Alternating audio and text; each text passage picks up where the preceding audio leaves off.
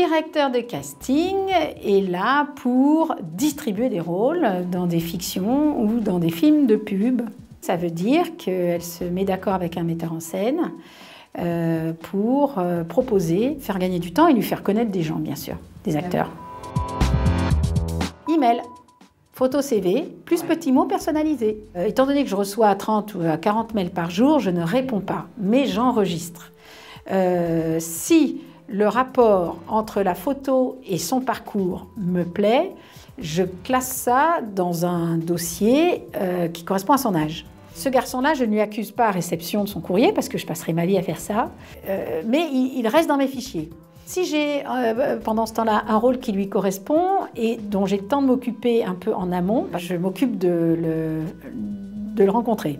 S'il ne se passe rien au bout de 6 mois, il peut me renvoyer une photo, je pense, en rythme de 2 par an. Mais il faut pour l'occasion qu'il ait des choses à m'annoncer, qu'il joue dans un théâtre, qu'il passe un petit truc dans une émission de télé ou même une voix à la radio, n'importe quoi. Il faut qu'il ait quelque chose, entre guillemets, à me vendre. Une actualité. Maintenant, s'il n'y a vraiment rien, ça dépend de son âge aussi. Si c'est quelqu'un de 20 ans, on comprendra qu'il débute et que, bon, ça veut dire que s'il passe des examens ou qu'il passe des choses à l'école Florent ou autre, qu'il m'invite à ces choses comme ça. Bon, maintenant, si, prenons l'âge de 40 ans, qu'il ne se passe rien, qu'il me renvoie un mail et que je ne rappelle pas, c'est peut-être un peu mauvais signe aussi. Voilà. J'en reçois beaucoup.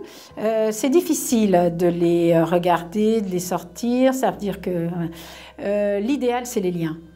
Voilà. Et donc, pour le coup, les liens, je les regarde au fur et à mesure qu'ils arrivent. J'utilise Facebook, c'est vrai, mais je ne fais pas de casting sur Facebook. Par contre, je travaille avec mon associée qui s'appelle Claire Coulange, qui, elle, fonctionne aussi pas mal sur Facebook. Ça devient un outil indispensable pour les acteurs, ça c'est clair. C'est pas possible de ne pas y être. Ça dépend du rôle. Si c'est un rôle important, on va prendre 20 minutes à une demi-heure.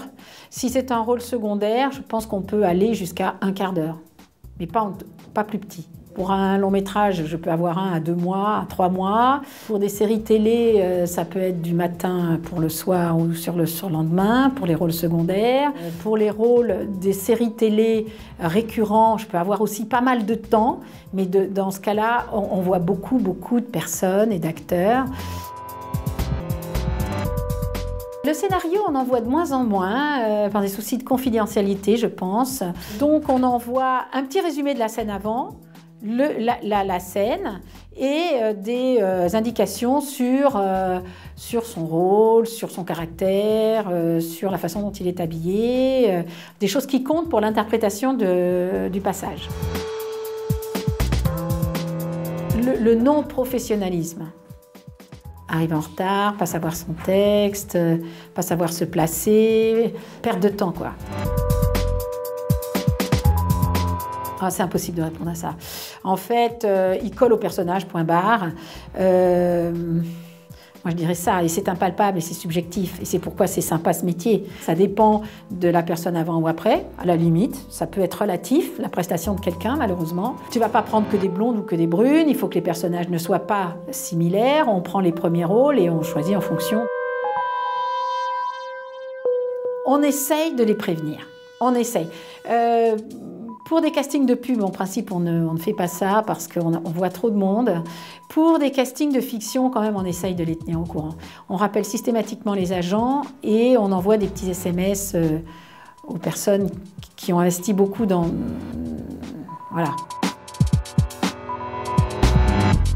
Il y a des personnes quand même qui ont un charisme, d'autres moins, d'autres qui pensent avoir du talent mais qui n'en ont pas, d'autres qui pensent ne pas avoir du talent mais qui en ont. Donc tout ça fait un joyeux mélange. En principe, on se rappelle de quelqu'un qui a été performant, d'une façon ou d'une autre. Même s'il ne correspond pas au rôle pour lequel on a distribué, et donc c'est notre faute, on a mal fait, voilà, donc on l'appelle pour un prochain casting. Et il est automatiquement dans un fichier de comédiens qui correspond à son âge. Il faut y aller.